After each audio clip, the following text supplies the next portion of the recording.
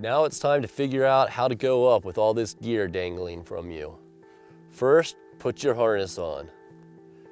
Make sure to bark, which is an acronym to double check the system before leaving the ground.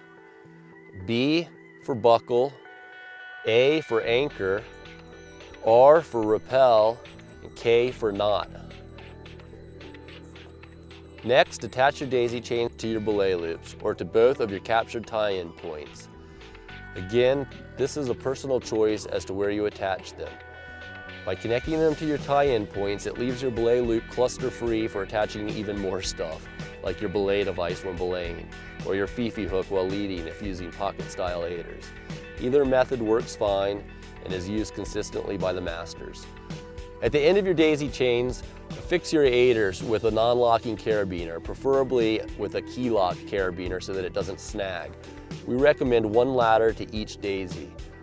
If you prefer a threesome, then have a third ladder as a floater, which you can swap back and forth between your two daisies, so you will always have two sets on the piece that you are currently on. It is possible to accomplish the same thing with just two aiders. Then you have one less thing to worry about dropping, since the floater is not permanently attached to a daisy. The use of 4 aiders is not recommended by climbing tech tips, unless you like rat's nest and spending more time confused than actually climbing. Okay, now let's get to the aid climbing.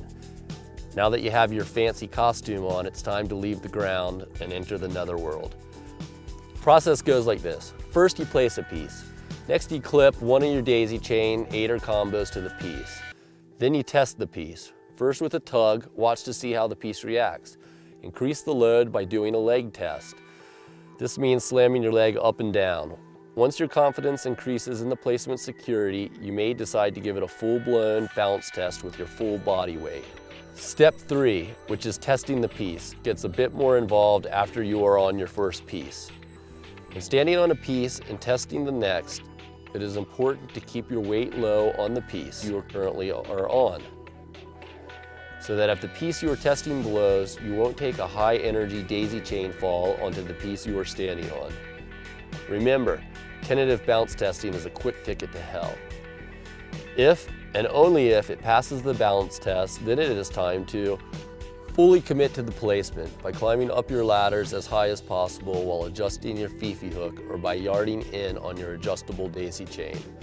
Clip the rope into the piece once you are on it and only after you are confident in its security, usually at waist level.